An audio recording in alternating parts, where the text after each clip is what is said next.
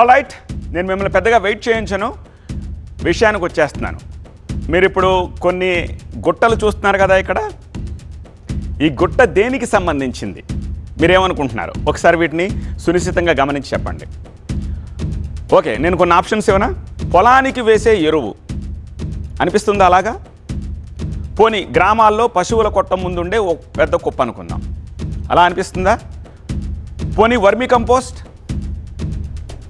సరే, మీరు ఈ కుప్పను చూసి ఏదో ఒకటి అనుకునే ఉంటారు, కానీ మీరు అనుకున్నది ఎంత మాత్రం కాదు. నేను చెప్పిన ఆప్షన్స్లో మీరు అనుకునేది ఏ మాత్రం కాదు. మరి ఏమిటిది? ఇదొక కల్తీ ప్రోడక్ట్. మీరు ఉదయం నిద్ర లేచిన దగ్గర నుంచి రాత్రి నిద్రపోయే వరకు రోజుకు మినిమం 2 సార్లు 3 సార్లు 4 సార్లు, కొద్దిమంది 5 సార్లు 10 సార్లు కూడా తీసుకుంటూ ఉంటారు. ఇప్పుడు కొంచెం మీ మైండ్కి తట్టు ఉంటుంది కదా, ఇదేంటో? ఎస్, ఇది చాయ్ పత్తి, కల్తీ చాయ్ పత్తి. చెత్తల కుప్పల కింద ఎలా పోగేశారో చూశారు కదా. ఎస్, దానికి సంబంధించిన బ్రేకింగే ఇప్పుడు మనం చూస్తున్నాము. ఈ టీ పొడిని ఎక్కడ పట్టుకున్నారు అంటే తూర్పుగోదావరి జిల్లా గోకవరం మండలం రంప ఎర్రపాలెంలో నకిలీ టీ పొడిని పట్టుకున్నారు. అక్కడ ఒక పాడుబడ్డ ఈ రైస్ మిల్లులో ఈ నకిలీ టీ పొడిని తయారు చేస్తున్నారు. రైస్ మిల్లులో గుట్టు చప్పుడు కాకుండా తయారు చేస్తున్న కల్తీ టీ పొడి గుట్టలే ఇవి. దాదాపు 1000 కిలోల కల్తీ చాయ్ పత్తాను పోలీసులు సీజ్ చేశారు. టీ పొడి శాంపిల్స్ని టేస్ట్ కోసం మనం తీసుకుంటూ ఉంటాం, కానీ ఆ వాసన, ఆ రంగు, రుచి ఇవన్నీ చూసి మోసపోకూడదని చెప్పే ఒక కల్తీ వ్యవహారం ఇది. ప్రస్తుతం ఈ సీజ్ చేసిన ఈ టీ పొడిని ల్యాబ్కి పంపించారు. దీని సంగతి ఏంటో తేల్చమని చెప్పి. ఈ నకిలీ టీ పొడే రేపు అందమైన, ఆకర్షణీయమైన బ్రాండెడ్ కవర్స్లో ప్యాక్ అయ్యి మన ఇంట్లో చేరుతుంది. హాయిగా మనకు ఏహీ పట్టనట్టుగా దాన్ని కలుపుకుని తాగేస్తూ ఉంటాము. మనం రోగాల బారిన పట్టడం ఖాయం.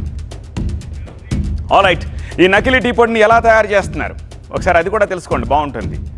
దీనికోసం వాళ్ళు కొన్ని ముడి సరుకులను రెడీ చేసుకుంటున్నారు. అందులో చింతపిక్కల పొడి రంగు కోసం, జీడి పిక్కల పొడి, బేకింగ్ సోడా, ఒక బ్లాక్ కలర్ ఫుడ్ కలర్, ఒక బ్లాక్ ఫుడ్ కలర్స్ ఉంటాయి కదా రంగులు రావడం కోసం మనం వండుకునే వాటిల్లో, అలా ఒక బ్లాక్ కలర్, కొంత కొబ్బరి పీచు దాన్ని గ్రైండ్ చేసేసి పొడి కింద, అలాగే పంచదార పాకం మళ్ళీ చక్కగా అది మిక్స్ అయ్యి రజన కింద ఉండడానికి మురమురలాడుతూ, కొన్ని రసాయనాలు ఇవన్నీ కలిపేసి ఈ టీ పొడి కలరింగ్ ఇచ్చేసి దీన్ని మంచి కలర్ఫుల్ ప్యాకుల్లో ప్యాక్ చేసేసి మార్కెట్లోకి వదిలేస్తున్నారు. మనకేం తెలుసు? వెళ్తున్నాం, తీసుకుంటున్నాం, తెస్తున్నాం, తాగుతున్నాం, అనారోగ్యానికి గురవుతున్నాం. ఇంతే కాదండి, ఇందులో విషయం చెప్పనా మీకు. ఇంత చేసి వీళ్ళు మరి లాభాలు, బ్రెయిన్ బాగా పనిచేస్తుంది అలాంటి వాళ్ళకి. వెయిటేజ్ కూడా రావాలి కదా. కొంత ఇనప రజను కూడా కలుపుతారు. మనం ఎలాగో వడకడతాం కదా, ఆ రజన అక్కడ ఆగిపోతుంది, కానీ వాళ్ళకి తూచేటప్పుడు మంచి వెయిట్ వస్తుంది, డబ్బులు ఎక్కువ వస్తాయి. మీరు ఒక అయస్కాంతి వేసి ఆ టీ పొడిలో కాస్త అటు ఇటు ఆడించారంటే దానికి ఇంత రజన పట్టుకుంటుంది అనమాట. సో వీళ్ళ మోడస్ ఆపరెండి చూడండి ఎలా ఉందో. ఈ నకిలీ టీ పౌడర్ని ఎలా గుర్తించాలి? ఇది కేవలం గోకవరంలో రాజమండ్రి దగ్గర పట్టుకున్నారని ఆ ఒక్క చోటకే పరిమితం అవ్వదు. ఈ జాగ్రత్త మనకి ఎక్కడైనా తప్పదు. సో అసలు నకిలీ టీ పౌడర్ని మనం ఎలా గుర్తించాలి? అక్కడికి వస్తున్నాను. ఒక గ్లాస్ వాటర్ తీసుకోండి, 1 టేబుల్ స్పూన్ టీ పౌడర్ ఆ వాటర్లో వేయండి. అది ఒకవేళ నకిలీ టీ పొడి అయితే ఇమ్మీడియట్గా రంగు వచ్చేస్తుంది దాంట్లోంచి. అదే ఒరిజినల్ అయితే వెంటనే రంగు దిగదు, చాలా టైం తీసుకుని స్లోగా వస్తూ ఉంటుంది. ఆ టీ పొడి నీళ్లలో వేసినప్పుడు ఈ రంగులాగానే వేయగానే ముద్దగా అయిపోద్ది నకిలీదైతే. అదే ఒరిజినల్ అయితే వెంటనే ముద్దగా అవ్వదు, అది రజన కింద అలాగే ఉంటుంది, అందులోంచి కొంచెం కొంచెంగా డికాషన్ దిగుతూ ఉంటుంది. స్వచ్ఛమైన టీ పొడి వాటర్లో వేస్తే నీళ్లు త్వరగా రంగు మారబెట్టి పరిస్థితులు. అలాగే స్వచ్ఛమైన టీ పొడి నీటి అడుగు బాగాన చేరుతుంది, తేలదు. వీళ్ళు ఏం చేస్తారంటే ఈ కొబ్బరి పీచు లేకపోతే ఇలాంటి రజను, చెక్క పొడి ఇవన్నీ కలుపుతారు కాబట్టి అది తేలిపోతూ ఉంటుంది.